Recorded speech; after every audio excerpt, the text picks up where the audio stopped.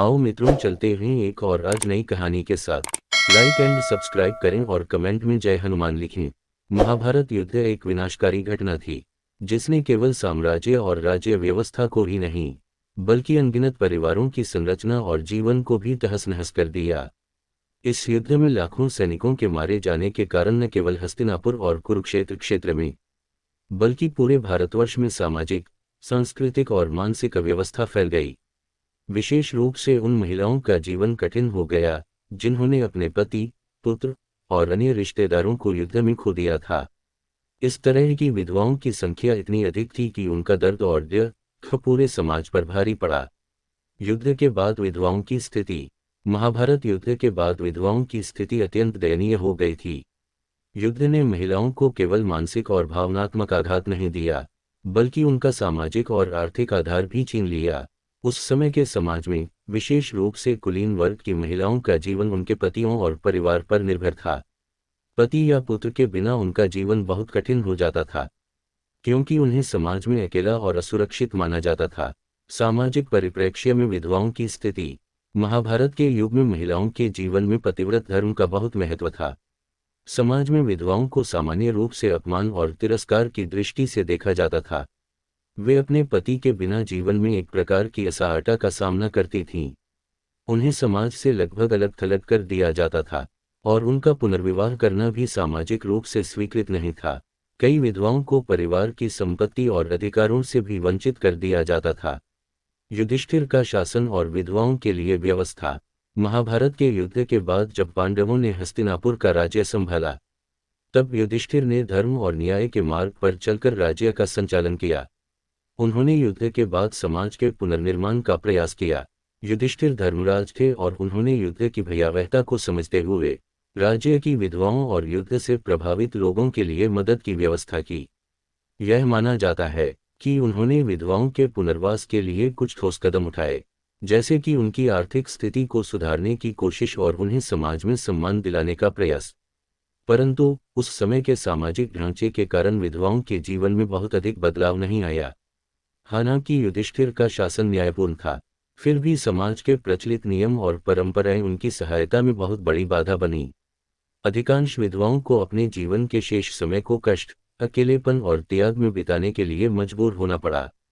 द्रौपदी और अन्य प्रमुख महिलाओं की स्थिति। महाभारत के युद्ध में केवल साधारण महिलाओं ने ही अपने पति या पुत्रों को नहीं खोया था, बल्कि महत्वपूर्ण और प्रतिष्ठित महिलाओं को भी इस त्रासदी का सामना करना पड़ा। द्रौपदी, जो पांडवों की पत्नी थीं, उन्होंने अपने 5 पुत्रों को खो दिया था। उनके पुत्रों की हत्या अश्वत्थामा ने कर दी थी। इस घटना ने द्रौपदी को गहरे मानसिक आघात में डाल दिया था, और उन्होंने अपने जीवन का शेष समय शोक और त्याग में बिताया। इसके अतिरिक्त कुंती, गांधारी, सुभद्रा और उत्तरा जैसी महिलाएं भी इस युद्ध में अपने प्रियजनों को खोने के बाद गहरे दुख में चली गईं। गांधारी ने अपने 100 पुत्रों को खो दिया, जिनमें दुर्योधन भी शामिल था।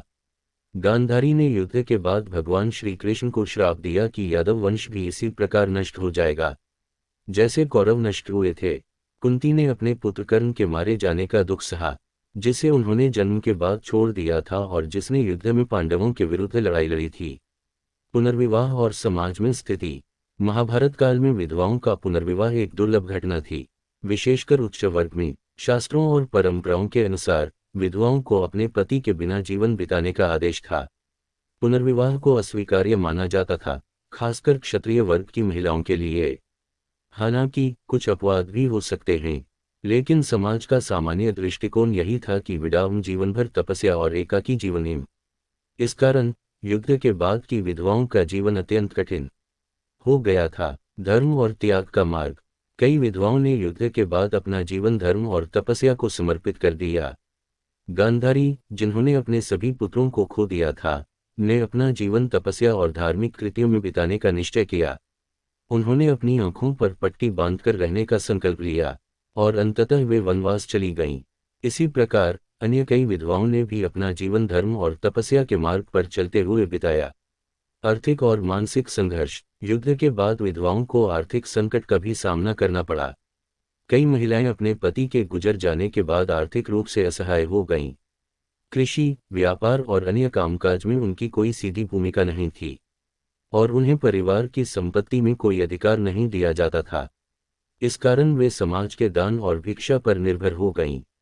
महाभारत के युद्ध ने सामाजिक, सांस्कृतिक और मनोवैज्ञानिक रूप से जो विनाश किया, उसका सबसे बड़ा प्रभाव उन महिलाओं पर पड़ा जिन्होंने अपने प्रियजनों को खो दिया। उनका जीवन शोक, अकेलापन और त्याग में समर्पित हो गया। महाभारत हमें केवल योद्धाओं की कहानी नहीं सिखाता, बल्कि यह उन महिलाओं की दुर्दशा की भी याद दिलाता है जिन्होंने युद्ध की विभीषिका का सामना किया। निष्कर्ष, महाभारत के युद्ध के बाद विधवाओं का जीवन संघर्षपूर्ण था। सामाजिक, आर्थिक और मानसिक रूप से उनका जीवन तबाह हो गया था। युधिष्ठिर के न्यायपूर्ण शासन के बावजूद उस समय की सामाजिक संरचना और नियमों ने विधवाओं के जीवन को और कठिन बना दिया। कई विधवाओं ने धर्म और तपस्या का मार्ग चुना, लेकिन फिर भी उनका जीवन समाज के हाशिए पर ही रहा। इस प्रकार महाभारत का युद्ध केवल योद्धाओं का नहीं था, बल्कि उन महिलाओं का भी था जिन्होंने अपने जीवन की सबसे बड़ी त्रासदी का सामना किया। लाइक एंड सब्सक्राइब करें और कहानी कैसी लगी कमेंट करके बताएं।